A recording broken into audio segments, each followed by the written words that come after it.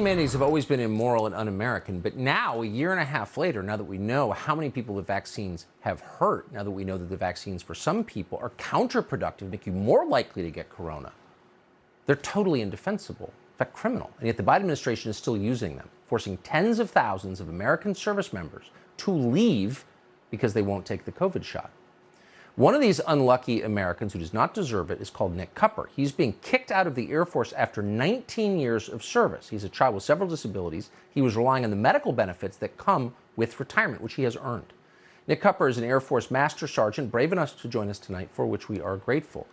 Nick Kupper, thanks so much for coming on. This is a nightmare story. I think most people are not aware this is still happening, but it is still happening, correct?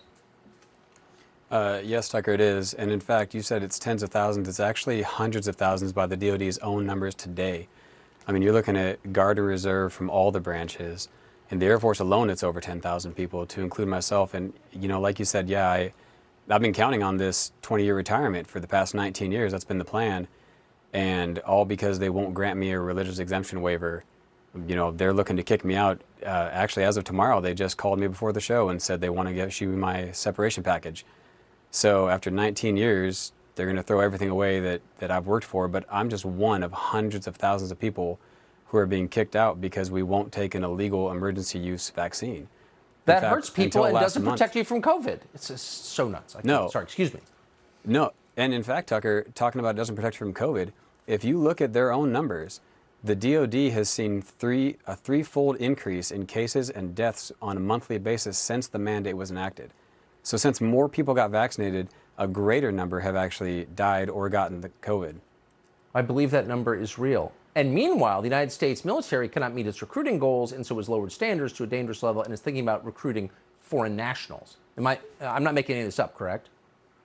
No, it's wild. And in fact, the Army recently put out a thing where they were going to go ahead and recruit people without even having GEDs, because that's how bad their recruiting is getting. But at the last second, from enough backlash, they decided to scrap that program.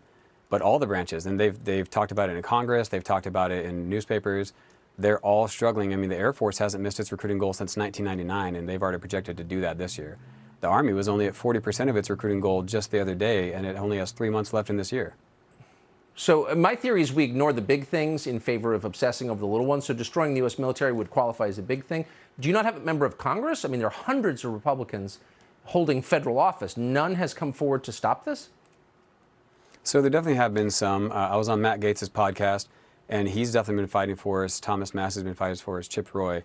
But there are only a few. You know, we need everybody. This is not a problem for tomorrow to be solved or the next day. This is a problem right now. You're talking about over 10% of your military is looking to be canned right now. I mean, if I were China or I were Russia, I'd be chomping at the bit right now.